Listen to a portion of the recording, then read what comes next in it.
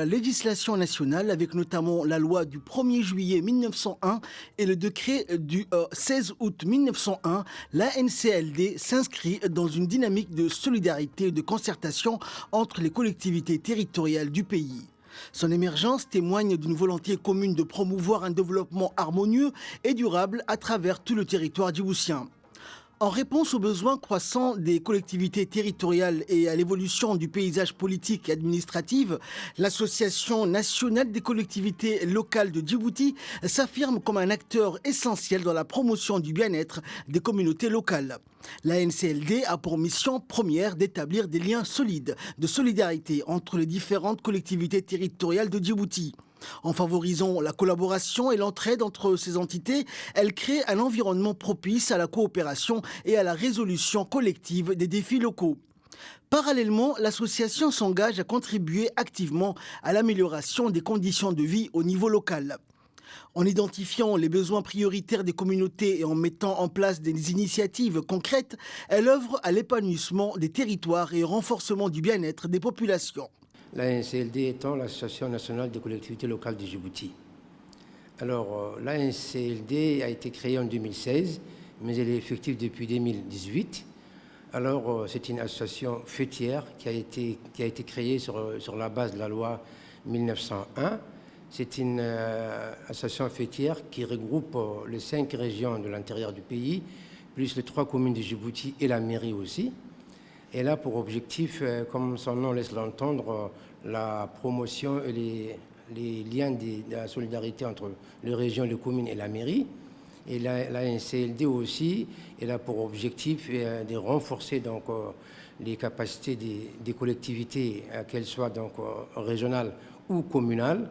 Et à cet effet, depuis sa création, on a fait beaucoup d'activités, mais surtout, on a pu mettre en place des liens, des partenariats et de signer des conventions avec les différentes institutions de Djibouti. Ce sont des avantages qui permettent de faire avancer cette institution.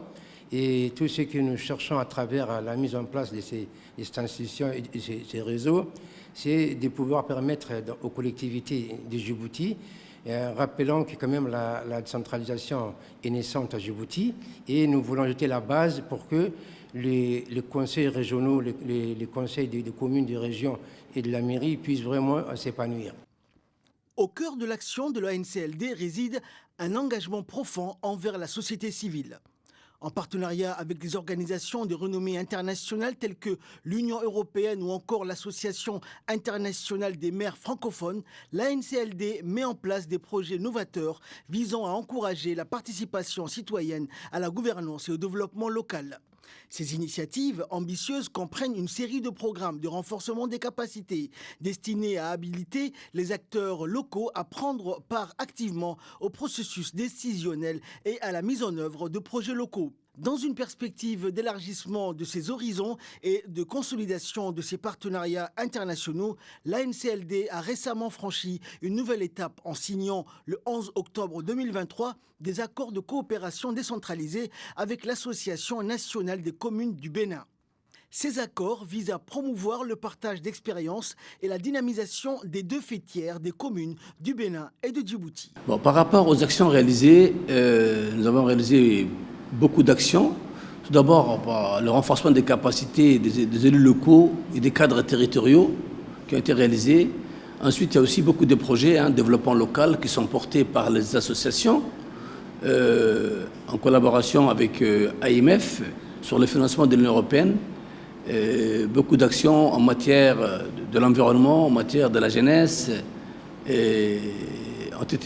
sont en cours de réalisation. Par exemple, je vais vous parler du cas de Andoli. Il y a une association Obuki qui réalise un projet d'électrification du village d'Andoli. Il y a l'association aussi Paris à Dailou, au niveau de la région de Tadjoura, qui travaille sur la question de l'environnement.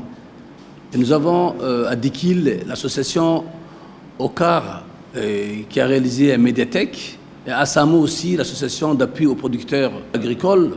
Donc par rapport à l'impact, déjà on constate que par rapport au projet d'électrification du village, on voit la population locale qui sont très contents parce que ces projets leur permettent à la fois, même pour les enfants le soir, de réviser leurs cours, en même temps aussi pour le parent ça leur donne un peu l'occasion de travailler, de valoriser leur production traditionnelle. Par exemple, valoriser comment on appelle, l'artisanat, parce que le soir.